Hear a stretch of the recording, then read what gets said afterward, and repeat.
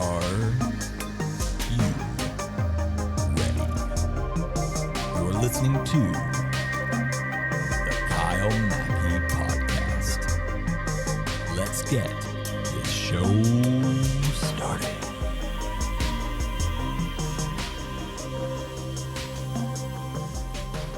What do you do when the plan falls apart, but you still have miles to go? Last weekend, I ran my first 100-kilometer ultramarathon.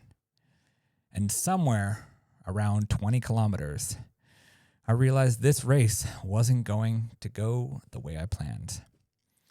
My legs were heavy, the terrain had shifted, and I still had 80 kilometers to go.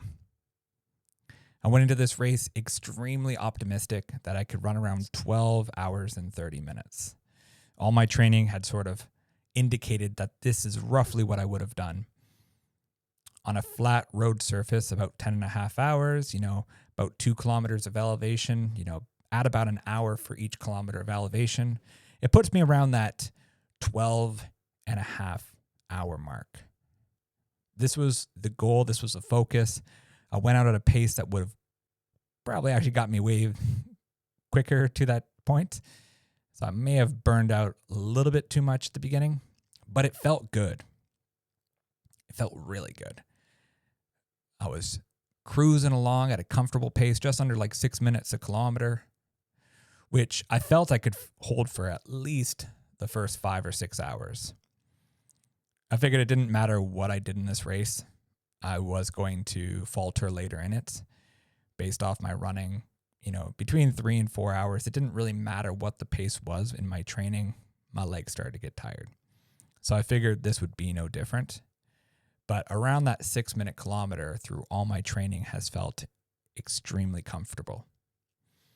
I'd gone over nutrition many, many times, having, my carb drinks, my gels, my dates, all mixed in. And I had the nutrition plan down nearly pat, other than one minor mistake about caffeine intake. I was prepared. I've been training since February. It was now October, consistently throughout that whole time, peaking around 11, 12 hours a week. I thought 12 and a half hours was a realistic target that I could accomplish. Now, this ultramarathon was just one of 3 goals that I set for myself this year that I had full control over. Obviously, if you're listening to this podcast, goal number 1, it was start a podcast. And today marks the 13th episode, which means we're officially 6 months in. I also want to do stand-up comedy for the first time. So I did a stand-up comedy course, got on stage. I've done about 5 shows. Didn't matter what was external. It was in my control. I can do the course. I can get on stage. I can do stand-up. Maybe I'm not the funniest. That's okay. But at least I did it. I challenged myself. I set that goal, and I made it happen. The third goal for this year, though, was this ultramarathon. Having a running background, having run, I always like to say semi-professionally. I've had some really good times in the past. 14:36 was my best 5K. And, I've won some races that had some prize money, not a ton of money, but I like to say semi-professionally. I got a scholarship to the States for running. For me, although I'd never run officially a marathon, I've run very close, and the idea of just completing a marathon wasn't much of a challenge.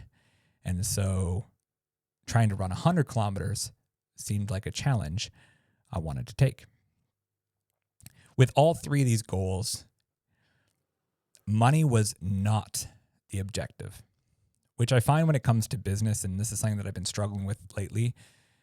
Now that I'm not completely broke and struggling to get by from day to day, where, the business has gone well enough that money isn't really the focus, I think it's important to have these goals that keep me motivated and get me excited. And the one thing about these goals as well is that they weren't about external approval. It was all about personal ownership, things that I can do that I have complete control over, that no matter what's going on outside of my life, I should be able to accomplish these, especially the podcasts and the stand-up comedy. The ultramarathon, I suppose I could have gotten injured. But again, if I do it in a smart process, which I did, I progressed slowly to get up to that 11, 12 hours, about 100 kilometers of running a week.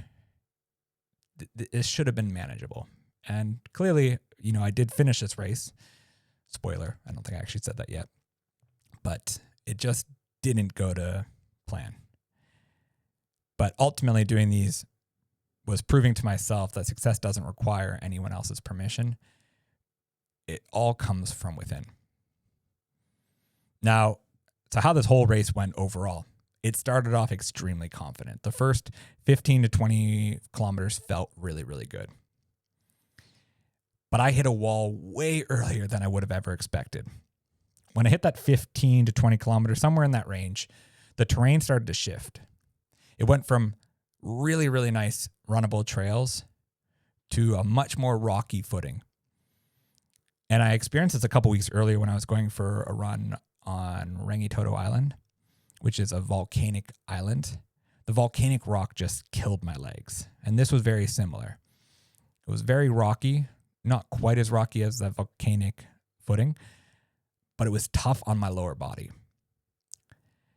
And that only lasted for a few kilometers. But then what we hit next, which in my mind seems easier, was so much harder. And it's all the farmland. And the only time I'd really run on farmland in preparation for this race was when I went over to Rangitoto Island. It has a second island that's connected to it. And that island is mostly farmland. But weirdly, that was supposed to be a 6-hour run in the training. And I stopped just over 5 hours. And I think it's because that farmland just kicked the shit out of me. It was way harder. The pain going on in my legs when I hit that wall in this race was dire. I'm 20 kilometers in. I have 80 kilometers to go, and my legs are absolutely dead. I have people starting to pass me like crazy. I didn't even feel like I went out at too ridiculous of a pace. Again, just under 6 minutes a kilometer, which for me is not that crazy of a pace. But I didn't take into consideration the type of terrain that I'd be facing and what that implications were on me. Also, that first 20 kilometers was actually a lot more elevation gain than it actually seemed. It was like well over a quarter of the elevation for the whole race in the first 20K. So not even quarter way in, and we've already done over 20%, 25% of the elevation.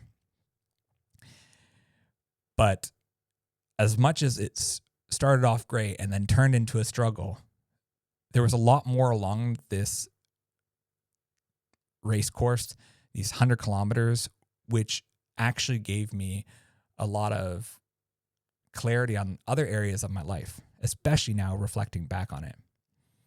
So the peace that finally came once I realized this perfect plan was not going to be the case and letting it go, well, that created for a much more, let's say, eye-opening journey. This race just wasn't just about endurance.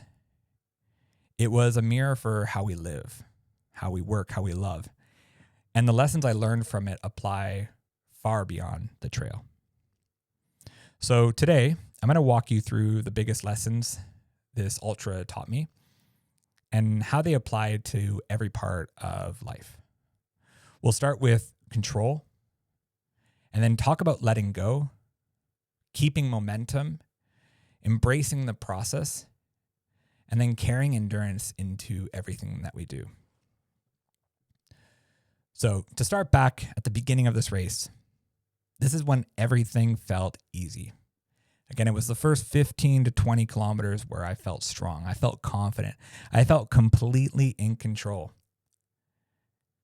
During those first 2-ish hours, I felt like 12:30 was going to be a breeze.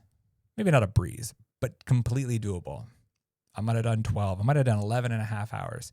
You know, when you're talking in this big a scale, 100 kilometers, it's not too hard to be plus or minus a couple hours with just a small little tweak. But, you know, things do change. So, again, the reason I chose this as my challenge is that this year, I didn't want to depend on anyone else. I just wanted my effort and discipline to show the results of the challenges I set for myself. And the start of the race reflected that control. I was on nearly the pace I said. I said I was going to go 6 to 6:15 for the first while. I was about 5:45. So I was a little bit faster, but my body felt good. The plan was in motion. And that comfort of control built confidence. But just like in life, sometimes that comfort of control and confidence doesn't always stay smooth. And in this case, it was sort of the same way. When everything feels uncertain, such as in business and relationships and goals, you need to start to focus on what's inside your control. Control what you can, and it gives you the strength to handle what you can't. So at the beginning of this race, I was extremely in control. I was well within my means. But then, when it felt like I was losing control, that's when this next bit of the journey took place. So of course, control never lasts forever. And somewhere around 20 kilometers, everything changed. This is where, as I said, the terrain turned rough, from nice trails to rock to farmland. And suddenly the plan did not matter anymore. The pain crept in and doubts were whispering for about the next 25 kilometers. I wasn't even sure if I could finish this 100 kilometers before the midnight deadline, which seemed absolutely absurd beforehand. But in this race, things had changed. We were supposed to start at 5:30 a.m. It actually ended up being more about 6 a.m. because it was supposed to be the biggest event they'd ever hosted. So we were supposed to have about 18 and a half hours to finish this, which never even crossed my mind previous to the race that this might not be possible. But between that 20 to 45 kilometers, I was starting to think I might not finish in that time frame. Again, it wasn't really that I wouldn't finish. It was finishing in that time frame. But that idea of perfection collapsed extremely fast. I realized very quickly that clinging on to this plan of trying to finish at 12 and a half plus or minus an hour or two, but really close to that 12 and a half, it was only going to make this harder, and it was going to make the whole experience absolutely dreadful. I was going to be negatively thinking the whole entire way. But where the real breakthrough happened is when I accepted the new reality. And that's that 12:30 finish wasn't happening. But finishing still was. So that surrender, what it did, it created peace. It created a new focus and a new kind of strength. Often in life, we overvalue the plans and undervalue the adaptability. But by letting go the plan of the plan, it doesn't mean giving up. It means freeing yourself to find a new way forward. If I would have just focused on that 12 and a half and knowing that it wasn't going to happen, I could have easily given up. If I would have even focused on the fact that I might not finish in 18 and a half hours, I may have given up. But if I would have given up before that 45 kilometer mark, I would have never come across the thing that actually sort of got me through. So once I accepted it, something shifted. I found a rhythm again, not the one I planned for, but the one that I needed. So during that 20 to 45 kilometer mark, this was by far the darkest stretch. I got extremely negative. I remember there was this one guy rolling up beside me on a super gradual, long hill, but it was like on a road. So you could see for kilometers down. There's this guy, and he was like walking really fast up beside me. He had his poles and whatnot. He's walking. He has an injured knee. We were talking a little bit. And he's like, man, you might still have a second wind somewhere.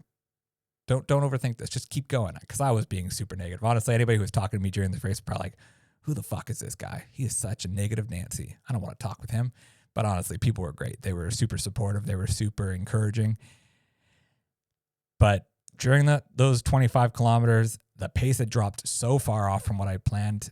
At that pace, I may have not finished in the time frame. It was painful and doubt was taken over. But this is where the magic happened. That guy who said, your pace, you might get a second wind. Well, I did. Thank God.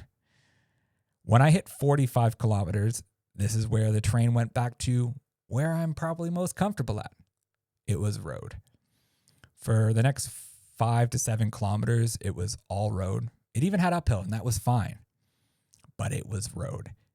I went from probably over 10 minutes a kilometer, 10, 11, during a lot of that 20 to 45 kilometer range, to getting back down to the pace I figured I'd be running this race, around that somewhere between 6 and 7 minutes a kilometer. And I held that for nearly 10 kilometers. That essentially took off at least an hour right there. But what it really did is it changed my mind. The low point taught me that forward is forward no matter the speed. When running wasn't possible, walking will still get you closer to the goal. And the shift from outcome to progress changed everything. And this is no different in life, in business and relationships. Slowing down doesn't mean failing. It means staying consistent when others quit. Momentum isn't about speed, it's about direction. If you're moving, you're still winning. In this race, I could have easily given up in this area. And, you could say I could give up in a lot of areas of my life. Business, I've had 6 of them. It's been really challenging. And yes, I have stopped certain businesses and tried different ones, but I haven't given up. I've constantly been trying something new. And eventually I found a business that's worked for me. Although it's not, the one that lights me up the way I would like it to be. It's given me that extra momentum, and it's taught me things about business in general, which has prepared me better for reattempting the business I want to try to create. Relationships, I'm 35 years old. Did I think, I might not be married by now or something like this? I figured I'd be in a long-term relationship by this point, possibly a couple years in, thinking about, marriage, at least maybe being engaged. But the fact that I'm not there doesn't mean I'm failing. The slowing down and keep on working at it and keep on trying to date new people is probably leading me to a better quality relationship, which will, maybe last longer into the rest of my life, maybe the rest of my life. So just focusing on the progress, focus on keep on moving in the right direction, working on myself, working on my businesses, working on my relationships. That's what's going to take me to this better place, this place of winning. It's the fact that I'm keep on working on it, keep on moving, just like I did in this race. So in this race, when I stopped fighting to go faster and just focused on going forward, everything changed. And that's when I learned my biggest lesson. So between that 45 and 55 kilometers, peace definitely replaced necessarily pleasure. I wasn't necessarily enjoying it, but I was in a much better state of mind. I let go of the clock and just focused on the moment and started to enjoy the experience again, because it wasn't about the time. It was about just that completing this project I set for myself, completing this goal I created for myself. I accepted I wouldn't hit the time goal.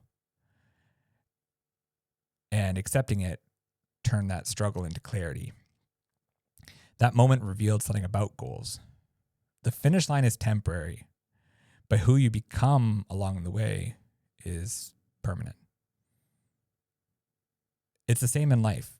You can hit every milestone and feel empty if you don't appreciate the path. Fulfillment doesn't come from the result. It comes from the experience. I'll say in each of these 3 goals that I've accomplished this year, when I achieve that bit of success, I often do feel like a little dip down in fulfillment or enjoyment. When I started doing these podcasts, usually I'll be like, I'm feeling really, really good. Do the podcast, hit the podcast, and then it dips down a little bit. But thankfully, the next podcast comes in 2 weeks' time and it gets back up again, and I hit the podcast and it dips back down. Part of the reason why I've been thinking I need to be doing more than just 2 episodes a month, but I didn't want to overdo it to start. But honestly, when I'm in the preparation stage for these podcasts, it's fantastic. I feel really good because I'm enjoying the process.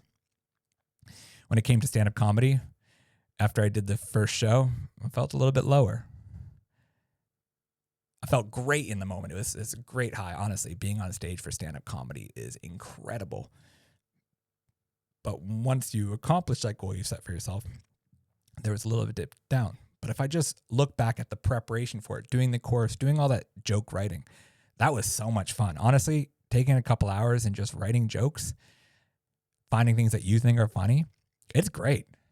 Like, I can totally understand why somebody would want to be a full-time comedian. The writing process is almost as good as being on stage. But it was the journey itself, which was actually the really enjoyable part, and being on stage a little bit. And then same thing sort of with this, race. Yes, training is a little bit different, but some of my runs I loved. I went to some really nice trails, and, when you have a good run, it feels really, really good. And, some of my runs were more social, and, that's a lot of fun. So the journey was quite good. It teaches you things about yourself. It teaches that you're capable. And cool to see some fast times. I ran under 20 minutes for a 5K for the first time in I don't know how long. Not that I think that's crazy fast, but, when I was in my teens and I ran under 20 minutes for the first time, I thought that was pretty cool. And, to be able to do it again after 35, again, way off my personal best. But there were things in the process that I quite enjoyed. But what I realize here is that fulfillment doesn't come from the result. It comes from the experience. It comes from the journey along the way. That mindset is what carried me all the way to the end. And it's one now that I'm carrying into hopefully everything else that I do. Now, getting into the final stage of this race, the final stretch, those last 20 kilometers, I actually had another 10K that was pretty good, about 70 to 80 kilometers to go. And then after that last checkpoint, got a couple more kilometers good, and then we hit the hills, the final climb. And at this point, it was pretty tough. My knee felt swollen. It didn't look swollen, but it felt like it was twice the size. My legs were obviously getting fatigued. I kept hitting roots along the trail. My toe got so bruised, a blood blister formed under it. It was not fun, and it was so painful. I can still feel it today about 12 days later.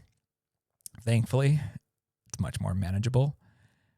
But that final stretch of the race was challenging. But the one thing that I had in those last 20 kilometers is complete certainty that I'd make it. Might not make it fast. It might be extremely slow, but there was no doubt in my mind that I wouldn't be finishing that race.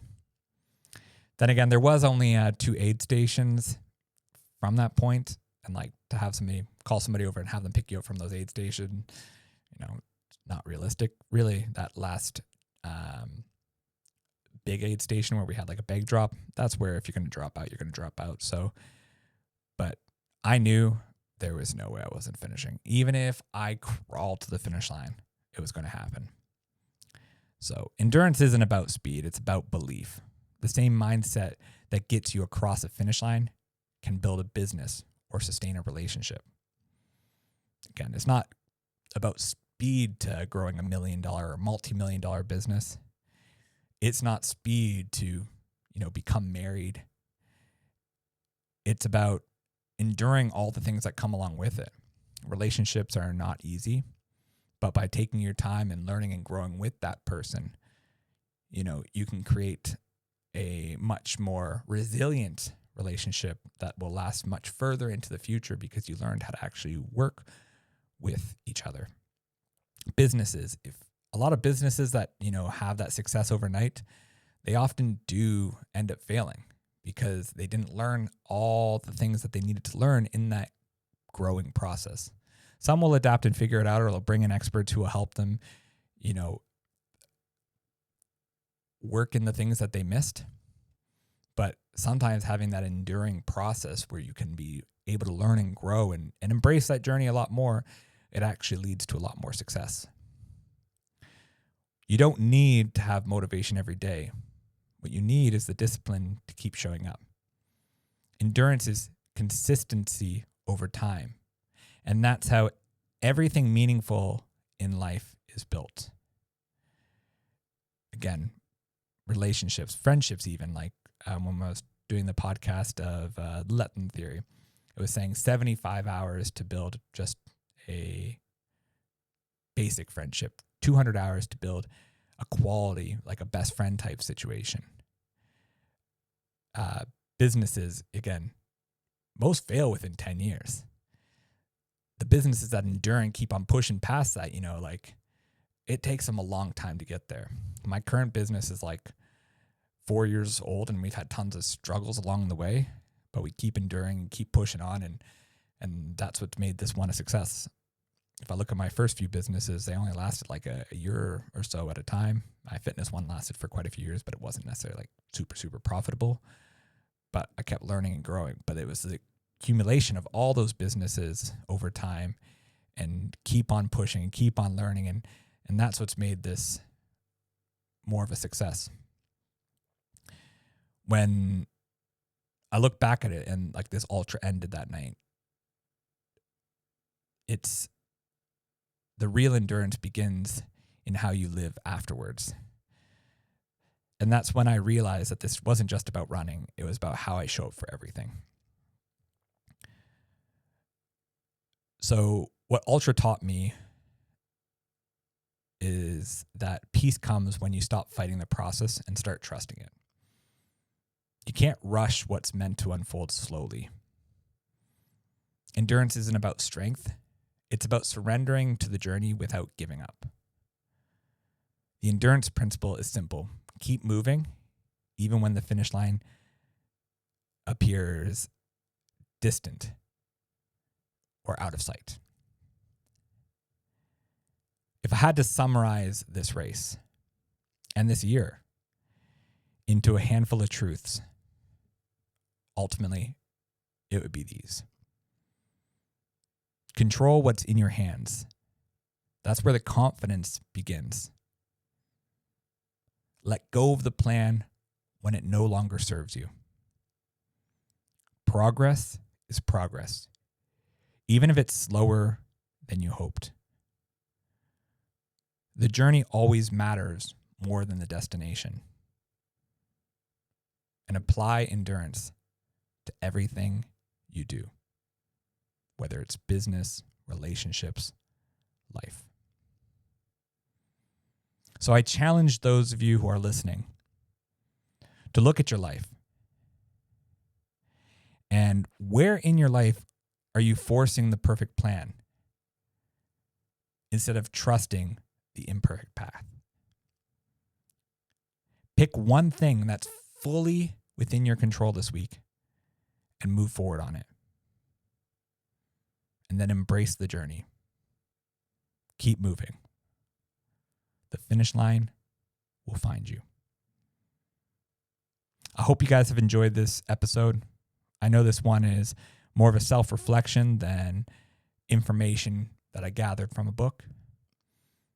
But for me, this year has been about learning and growing, challenging myself in different ways other than, just business and monetarily. And so I think it's nice to be able to share these journeys with people as well, because there's lessons that can be taken away and everything. And so I plan to continue to do this when I do something that's different, that gives me some clarity in life, that gives me some extra meaning, some extra purpose, some extra insight. I do plan to share it. Obviously, take with it as you would like. This is my insight. This is my experience. But I do think that people as a whole can gain a lot from other people's experience. It might just be one little thing that you take away from this, but if you can take away one thing and apply it to your own life, well, then this was definitely an episode worth listening to. So I thank you guys so much for checking in. For those who have listened to all 13 episodes, 6 months of podcasts, this is just a start. I'm going to embrace the journey. There is no finish line in sight. I'm just going to keep on going, keep on adding value, keep on giving people the tools and the skills and the insight that they need to, make improvements in their lives. And I look forward to having you all along for the journey, this journey in life.